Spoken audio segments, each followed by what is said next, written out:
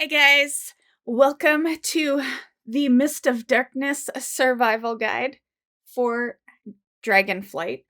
And this is our little launch map right here. So we're in the pre-patch right now, and we have Dracthers available. And launch day is coming up real soon. It's only a couple of days away. So for starters, the time frames that the servers will open up for Dragonflight is 3 p.m. Pacific. Here is a list for all your time frames. You can still pre-order Dragonflight, which gives you immediate access to the new race class combo, which is the Dracther Evoker. Super fun character. I've got two of them. My Alliance one is the healing spec, and my Horde one is the DPS spec, and both specs are amazing. And I'm a huge fan of Soar. I really like Soar. It's a lot of fun. And honestly, in the healing spec, you're still doing a lot of good damage, so I was really impressed with that. For main expansion type stuff that's going to be going on for Dragonflight, you of course can level to level 70s. Your new continent is called Dragon Isles. This continent has 4 new zones. So there will be the Anaran Plains, the Azir Span, Waking Shores, and Thaldraszus. Another major feature you'll have going on is dragon riding. And so this is a way to not only fly early in the expansion, but you'll have a very much increased flight. I personally am struggling to really like dragon riding. Going fast is super cool, but I worry for those people that have motion sickness, because I'm a person that has never had motion sickness, and I feel kind of ugh when I do the dragon riding. So if I'm not feeling too good about it, I gotta imagine the motion sickness people are not going to be able to handle it. Hopefully they learn that fast and they make some sort of adjustment to help everyone enjoy dragon riding. Along with dragon riding is customization, so you can unlock appearance options and new abilities as you progress, and that will allow you to fly further and faster. The first raid tier we're going to have is called Vault of the Incarnates. And this is where you can get your Primalist raid tier sets. You will first unlock this on December 12th. So that's when you can first go into this raid. Normal, Heroic, and Mythic will all be opened up on the 12th, which is a first. They usually don't have Mythic open up the same week as Normal and Heroic. And if you're an LFR player, maybe you don't have time to commit to a guild or do regular raiding, but you want to just see the bosses in LFR mode, December 19th is when Wing 1 opens. January 2nd is when Wing 2 opens, and then you will have the rest of the bosses on January 16th. So realistically, if you're not in a rush, you could just wait till January 16th and do it all. Also, there will be a cross-faction Mythic Vault available right from the start. So here's the location of the raid. It is out in Thaldraszus. Coordinates are 7256. There is a flight path near there, so the first time you go out, you can just grab the flight path and then easy access from there. And as for bosses, there will be 8 bosses. Aranog, Teros, the Primal Council, Senarth the Cold Breath, Dathia Ascended, Kirag Grim Totem, Broodkeeper, Diorna, and the final one is Raszageth the Storm Eater. I am looking so forward to this raid because I am so intrigued by Raszageth. I definitely want to know more of what's going on with that chick.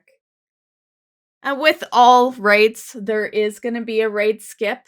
The quest will be called Break a Few Eggs, and you just collect 3 pieces of the Shard of the Great Staff. This will drop off of Diorna, which is the second last boss. There's been some changes lately in the loot system, so we're back to group loot. There is no personal loot for this raid, so you will have to roll against people to get the items you want. Also worth noting that there is going to be no BOE stuff in the raid, so that's a little unfortunate. A lot of people always enjoyed, returning to the raid to clear trash and try to get BOEs. They have said straight out that the trash mobs will no longer drop BOE items in Dragonflight. However, you can get BOE items from lieutenant enemies, and that's once per week, per difficulty.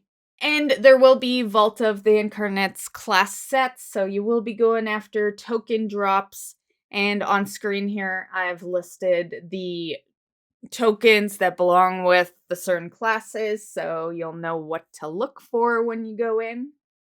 I was talking earlier about unlocks and stuff for your dragon riding. In this raid, there is an unlock, and it is, honestly, I think the best one.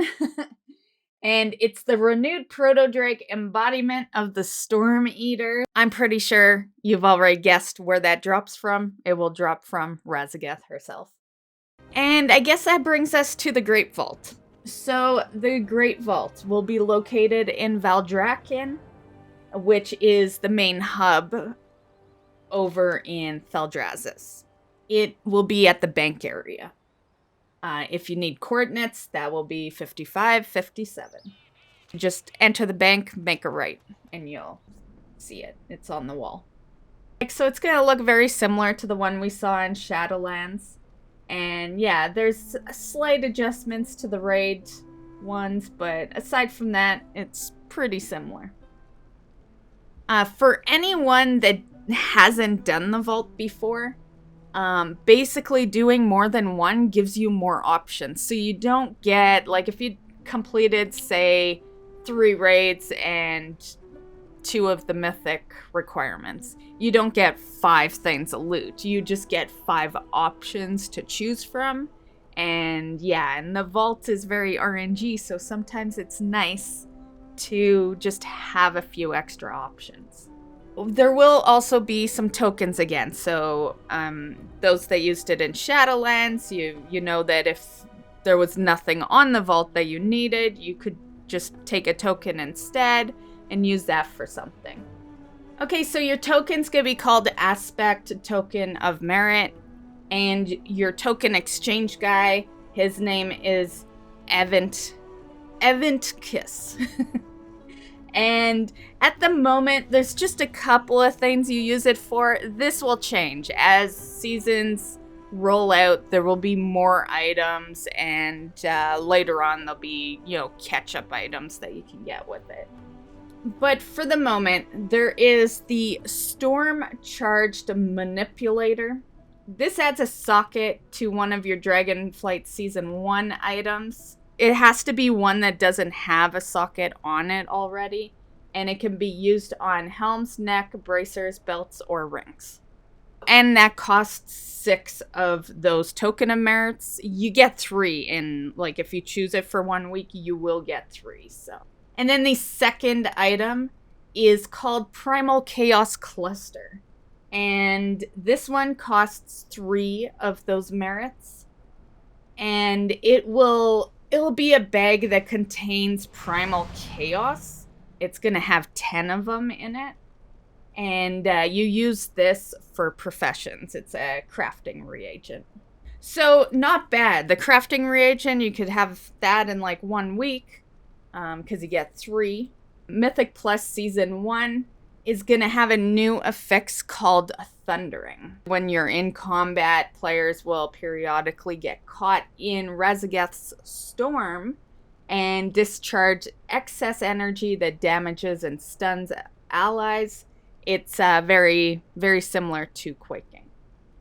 The first season is going to have 4 of the Dragonflight dungeons and 4 old dungeons. So the rotation dungeons for season 1 is Ruby Life Pools, the Nokkid Offensive, the Azir Vault, and Algasar Academy. Those are the Dragonflight ones. Then you have 2 Legion ones, which is Halls of Valor and Court of Stars. And you'll have 1 WoD dungeon, which is Shadow Moon Burial Grounds, and then a Panda dungeon, which is Temple of the Jade Serpent. So those are your dungeons for Mythic Plus Season 1. Portals were pretty popular in Shadowlands, and they've decided to do that early for Dragonflight. So there will be 3 portals added in Valdrakken, and they can be found, you can find them at the right as you enter the stairs to the seat of the aspects. And the portals lead to Legion Dalaran, Jade Forest, and Shadow Moon Valley and WoD. Yeah, they're all a little weird. I like that the portals are being added, but they're all convenient areas to get to as it is. You know, because you have your Legion Dal Hearthstone. Jade Forest portal is in the portal room. And then Shadow Moon Valley, well, if you're Alliance, it's your garrison. So as a main Alliance player, these portals are kind of useless for me.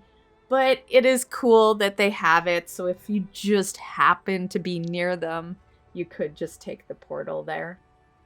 I just think they're probably not going to be convenient if you're not, like, in Valdrakken at the time. And here is the Mythic Plus Season 1 loot table. So you can see that if you can do the best that is available, you can get a 421 in your weekly vault. Just a small minor one to add in, but you can now roll a mage, priest, and a rogue on any race. So that is something they added in for Dragonflight, and you can actually do it already in game. So professions have gone revamped, so we have crafting orders now. And this will allow you to request for another player to craft something for you.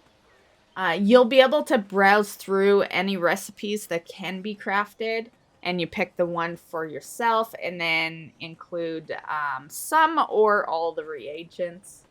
You have 2 choices here. You can either find someone who can craft the item in front of you, or visit an NPC to send an order out. You can also let other players craft you soulbound items. The crafting UI introduces stats specifically to your professions for both crafting and gathering. Crafting tables for all professions are in Valdrakken. There is also a quality on your crafting gear. So if you craft something that is higher quality, the piece of gear will be better. Pieces of gear will have a higher item level. Potions will have a more powerful effect, and, you know, so on. There's also specializations back, so you can earn them in quite a few ways, actually. You could find a book on a bookshelf. For example, a blacksmith can become an armor smith again. And so you just put points into that skill, which could be really good for guilds. You know, you could have a bunch of different blacksmiths. There are different specializations, and yeah. There's also new profession gear in Dragonflight. So this is for all the professions, and it doesn't take up any space in your backpack. And on top of that, it will have special stats that help you be better at your profession. Okay, so I think I've gone over most. You know, there's the obvious. There's going to be a lot of new achievements, a lot of new mounts and new pets and toys and a lot of collectible stuff. Yeah, but I didn't want to drag the video out too long. I'm pretty sure, most people can just wait to see what mounts they will be able to get. Or you can just look right now, because we are in the pre-patch, and you can just look through your list of mounts that are not available to get right now. And see, there is a bunch. I did do a video not too long ago on a new pet that is a 5,000 pet currency reward. And I'll link that at the end of this one. And yeah, so I think that completes it. I hope you enjoyed my version on a survival guide. And yeah, and I thought a great way to end this off is to link in the description all the changes to classes. I know that's a big one that, a lot of guides seem to leave out. So yeah, I will just link it and you can look for yourself. And those links constantly get updated. So, if you look today and then you want to just look on the day of launch to see if everything's still the same, that link works as well. Because it, is it's a live link, right? Like it constantly gets updated. So I hope you enjoyed. I hope you have a great rest of the weekend, and on Monday a great launch, or Tuesday for some of you guys. And once again, just as a reminder, the launch is on Monday, November 28th. It's a global launch, so it will be 3 p.m. Pacific time, and you can kind of just figure out what that is for your time zone.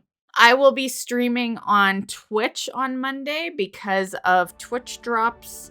And yeah, so the Fell Drake mount will be available, so you can get that on launch day along with some other stuff. So have a happy Dragonflight week. I have a WoW Weekly coming up right before launch. It'll post a couple of hours before the launch actually happens. So if there is any last minute details, I will definitely have it in that video. And yeah, other than that, have a great one, and we'll see you in the next video. Bye, guys.